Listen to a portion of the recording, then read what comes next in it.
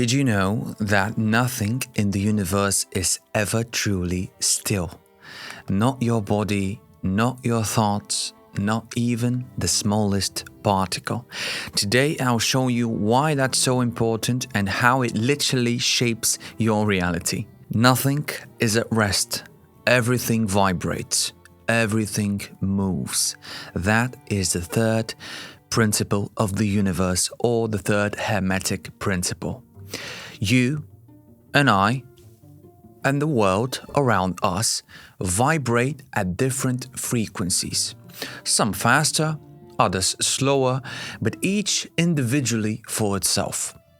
And we're constantly moving. When we sleep, our consciousness remains awake like all other elements of our universe. Today, it's time for that third principle. But how do we actually know that everything vibrates? Let's start with something proven by science. In the first episode, we looked at Albert Einstein's twin paradox, which leads to the conclusion that if a point is in a state of complete rest, then for it, the point, time flows at infinite speed and it contains all the potential of information in the universe, imagine that, and all the energy. If you haven't seen it, check it out and come back here, just because it's gonna be easier for you to understand. But if you don't want to do that, it's all right. The size of this point, however, whether there is full rest and all the information, is zero, due to the huge amount of gravity. So, if there is whatever movement, even just a slight vibration, regardless of the speed, time becomes with certain parameters and is no longer infinite. It becomes limited. Time is infinite only when it is at rest. And the little idea of movement, beginning and end, it's already limited in time. The principle embodies that motion manifests itself in everything in the world and that everything vibrates. Everything constantly is moving. Doesn't matter if we see it or not. This principle was known to some of the first Greek philosophers who included it in their writings. But then for centuries it was forgotten, and only in the 19th century did physicists prove this truth, and scientific discoveries in the 20th century added more evidence of its existence. Now, the principle shows not only that everything moves and vibrates, as we said, but also that the differences between the individual manifestations are entirely due to the different speed with which they move and the form of their vibration. That means that all there is, the universe, God, Source, is moving so fast that it is completely at rest. But let's bring this closer to home. How does this principle appear in your daily life? A person who goes to work in the city in the morning and returns home in the evening is said to move like pendulum. He vibrates with a frequency from the type once a day. This is his own frequency, individual and unique. However, his heart is beating with a vibration of 70 beats per minute. His consciousness has a different vibration than his thoughts and feelings. They, in turn, have a completely different vibration from that of the atoms that make up his body. Therefore, it is not a question of just one specific vibration, but everything moves simultaneously with many different vibrations, which together form an individual and unique whole, a holistic system in a sense. What vibrates? The scientist will call energy, the metaphysician will call spirit, and the believers will say it's God. But no matter what name we give to this reality, it exists, and its vibrational frequency determines the form of manifestation, which is ultimately an expression of the one force. Well, we're all that one. Doesn't matter what name we give it, it doesn't care. Today, science has already told us that dogs, for example, perceive sounds and frequencies that we cannot. We didn't believe it was true before. Today, no one is surprised by mobile phones with which you can see and talk to people from the other side of the planet and wirelessly. 100 years ago, if someone had told you that you would be able to carry around a small screen with a connection to the whole world, you would have thought that they were completely nuts. Guglielmo Marconi was the Italian who showed the world radio communications. His colleagues and other scientists at that time told him he is ready for the madhouse. Despite that, he sent and received the first radio signal in Italy in 1895. This is why I give you these examples, because in order to truly understand and realize both this and the other principles, we have to open our minds. To believe that everything is possible, that we can allow to think that everything is possible, and not to limit ourselves in our own frameworks, to be ready to expand every day, every moment of existence itself. It's like what Bob Proctor says: we live in an ocean of motion. In order to realize the forms of manifestation of the various vibrations, let us imagine a wheel that very slowly rotates around its axis. We see the movement, but hear nothing. So the speed of rotation around the axis increases and we hear a dull hum. As the speed increases, we perceive higher and higher tones until finally we hear no sound at all. If we keep increasing the frequency or speed and we tend to infinity, what happens? The object disintegrates, but the vibration continues until it re-enters the source. Every thought, feeling, or any state of mind has its corresponding rate or mode of vibration. And by some effort of a person's will, these mental states can be reproduced, just as a musical note can be reproduced by making an instrument vibrate at a certain rate. So a color can be reproduced in a similar way. And if you think all this sounds new, it's actually been around here for ages. Spiritual teachers have spoken about vibration long before mainstream science caught up. A great modern example, however, is Esther Hicks, who channels entities called Abraham. Abraham is a group of entities from the other side.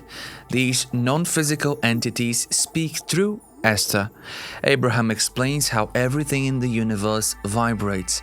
Everything has its vibrational frequency. The mass of the car, the frame of the picture, the rock, even our thoughts and feelings. Mass is pure energy, they say, and movement. However, we cannot see it, so it appears apart from us. This is actually an illusion. The principle of vibration is invisible, but if you can't see it, that doesn't mean it isn't true. Before the invention of the microscope, people would think you were completely crazy if you told them there were little creatures crawling on the skin of all people. What does the science say? That all matter exhibits the vibrations arising from temperature or heat. No matter if an object is hot or cold, they are simply the two states of the same phenomenon. It has certain thermal vibrations, and in that sense it moves and vibrates. The planets, for example, orbit the sun, and many of them rotate on their axis. Suns or stars revolve around larger centers, and so on. Molecules are constantly vibrating around next to each other. They're made of atoms, and the atoms are made of quarks, which also vibrate with each other. Every form of matter has its own vibration frequency. It's the same with energy. Science says that light, heat, magnetism, and electricity are only forms of vibrating motion associated with ether. It is this etheric substance that is the bridge between the so-called matter and energy, or the force on the other side. Scientists gave an example of a fast-moving wheel, a cylinder, or a lid. The example shows how a wheel that moves at low speed, and accordingly the movement is visible and the hearing is almost non-existent. After a few seconds, however, the movement becomes so fast that a deep growl can be heard, and as the speed increases, so does the sound. After which all the tones of the musical scale are heard higher and higher until finally the last one is heard, which the human ear perceives from a very squeaky sound to complete silence. The speed is so high that our ears cannot even register the vibration. That doesn't mean that it isn't there. Then comes the perception of heat. The eye begins to barely notice the object, which becomes dark red in color. When the speed increases, the red turns to orange, orange to yellow, and so on through every color. When the object reaches a certain speed, its molecules begin to separate and become the elements and atoms that they were before. As in the end, everything disappears into potential. It's important to say that the objects do not decay or separate, but actually reach such a high vibration that they're free from the barriers and limitations. This is the principle that unlocks telepathy and influences others around you with thoughts. Let's quickly prove to ourselves that everything vibrates right here and right now. Imagine this. Choose a point somewhere in the room. Doesn't matter where in the room. Just find a single point and focus on it. Focus your gaze, that's right, without blinking. The eye will resist. It will try to cry, but focus on your gaze without blinking. See what happens. Stay there. Focus. Stay there. Do this for 3 more minutes, and you will experience exactly what I'm describing. Everything around you will start to shake. And in fact, it has always been shaking and moving, but we are just very good at focusing at one thing at a time, so we miss the whole picture that vibrates around us constantly. If you keep going longer, congratulations, you've entered meditation. There's something else you need to know. This powerful principle can be used against you. People can control and influence your mind through vibrations. That's exactly why you need to master it yourself. To stay aware, awake, and in charge of your own life. They can control your mind and thoughts and make you think that the ideas, for example, are coming from you, but it's actually planted by someone else. This is precisely why it's good to master the principle and practice it, because not only are we in harmony with the universe, but we can almost sense when someone's trying to manipulate or control us. Because you become more conscious of your own thinking, of your own actions, of your own thoughts, and respectively of the thoughts of whoever is in front of you. Now let's talk specifically. from this global perspective, imagine from the perspective of the whole informational potential energy, whatever you want to call it, everything is always here and now. You've heard that one before. The power of now, for those who haven't heard it yet, Eckhart Tolle. Read that. Because there is no time. It's always now. Time is a side effect of our consciousness in order to explain what has happened and what will happen, in order to create this illusion of motion for us, to tell us, wow, you are moving, you are going somewhere. Well, actually, you're always in the now, but now is constantly evolving. And time flows linearly for us, at least this is what we have accepted. It creates the illusion, as I said, that there is a past and a future. And the past and the future are actually frequency vibrations before and after the here and now. Respectively, that means we only exist here and now, but one of the filters with which we live is called memory. It creates the illusion of something that was before, and the other filter, expectation, which creates for us something that will be.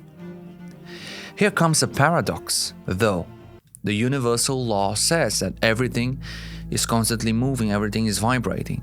How can it be that the nothingness, the 0 point, is completely at rest and there is nothing there? And then we read the Hermetic principle: nothing is at rest, everything moves, and everything vibrates.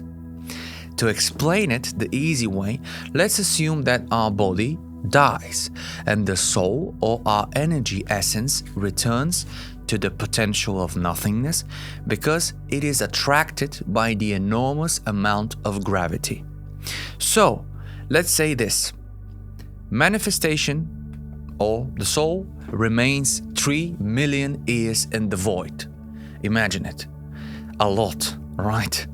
But since there is no time there and everything is here and now, how long will these years pass before the soul, or the manifestation, manifests again in physical reality? Well, a single moment. His stay at home, if we put it that way, turns out to be 0 time. The moment it goes home, back to source, back to God, it manifests again, and it's an endless cycle. So the consciousness, when returned back, is becoming the whole, and it is letting go of the experience it had as a physical body. That, by the way, is the basic principle of reincarnation.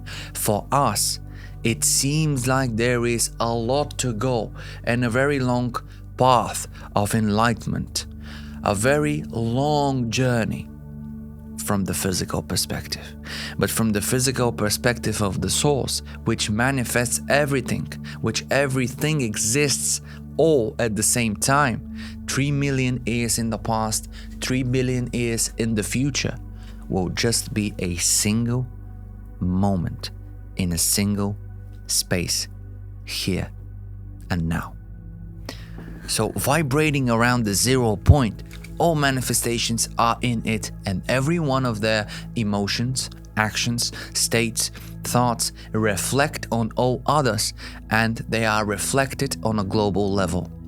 Even if most of the time this is not realized, these acts of thought, action, emotion, and whatever appear to be high vibrational frequencies, and this vibration is the cause of new and new and new impulses or manifestations in the whole. As all this is infinite, whatever we do here and now affects the planet, the solar system, the galaxy, and the entire multiverse.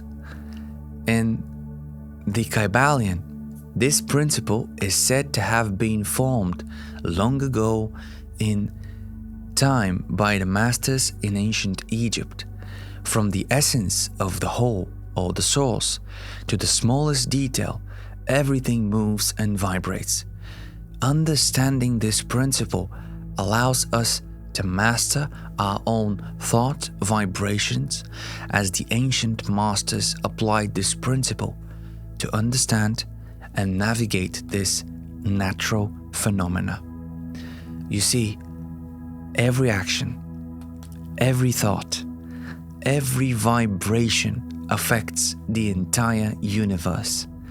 The ancient Upanishads already knew this truth when they said, when you pluck a single blade of grass, the whole universe trembles. And as they say, he who understands the principle of vibration holds the scepter of power. So it seems that understanding vibration isn't just a theory. It's the key to shaping your reality. The only question that matters now is, what vibration will you choose?